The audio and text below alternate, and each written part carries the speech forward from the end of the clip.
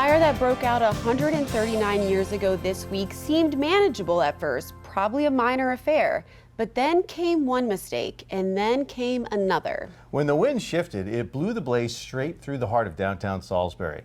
Jim Duffy of Secrets of the Eastern Shore joins us on Throwback Thursday with the story of the Great Salisbury Fire of 1886 and about how the town set out to rise from the ashes. So welcome, Jim. Good afternoon. Thanks for having me. So this story actually starts 7 years earlier? Yeah, you know, if I was going to put this story in like perspective for today's times, it would be a story about how we think technology can solve everything. And sometimes we rely on it maybe a little bit too much. So 7 years before the Great Salisbury Fire, there was another fire. It started at this Jackson's Mill was the name of the place. And they sent out an emergency telegram for help. And Salisbury did not have modern, at that time, fire equipment, which was a steam engine that sucked water from the river and put it out on the fire through a hose. But Wilmington did, and Wilmington got on a train and they came zooming down and got there and they put out the fire, and the people of Salisbury were awestruck by this modern technology, and the city bought themselves what was called a Salisbury steamer and gave it to their fire volunteers, right? But then you flash forward 7 years to 1886. Another fire breaks out at a livery down by the river near downtown. And the people come out, and usually what would happen in the old days before this was there would be a bucket brigade, and they'd have buckets from the river and do all the, all the old school bucket brigade. But everybody just kind of put their feet back and said, no, we got a steamer now. We don't need no bucket brigade. So the historians have looked at it, I think the fire could have been put out if they did something. But they did nothing, waiting for technology. And then the technology came.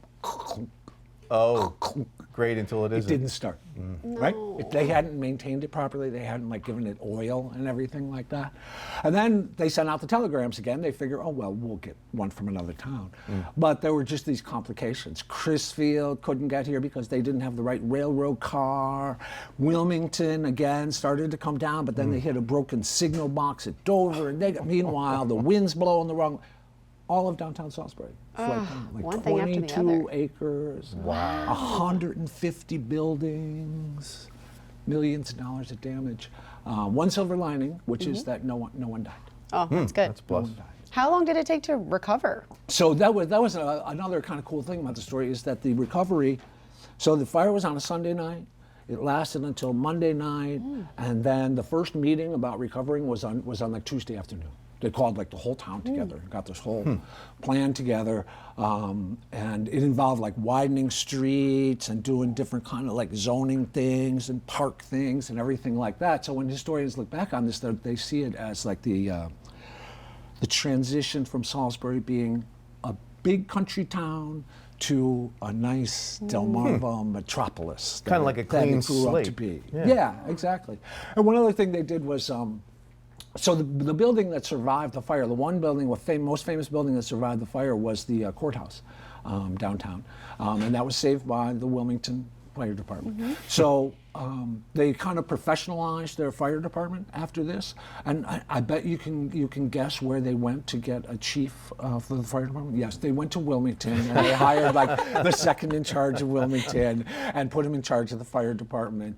And the next time there was a fire, their steamer ran for like 28 straight hours. Right. And everything worked out just fine. Hard to imagine that you'd have to wait for someone to come from Wilmington. I know, but the road, it's an interesting thing, but the roads were kind of bad. So it was actually, they could get here faster than a wagon drawn by horses with a heavy steam engine on top of it could get here from like Berlin or Seaford. Because of the train, they could get here faster back then. That's crazy. Isn't that kind of crazy? Yeah. Yeah. That was my first question too when I was reading this. I'm like, Wilmington, isn't that like 70 miles away? Yeah. Right, and there's water everywhere, but not enough to put it out. At the time, the train made it faster.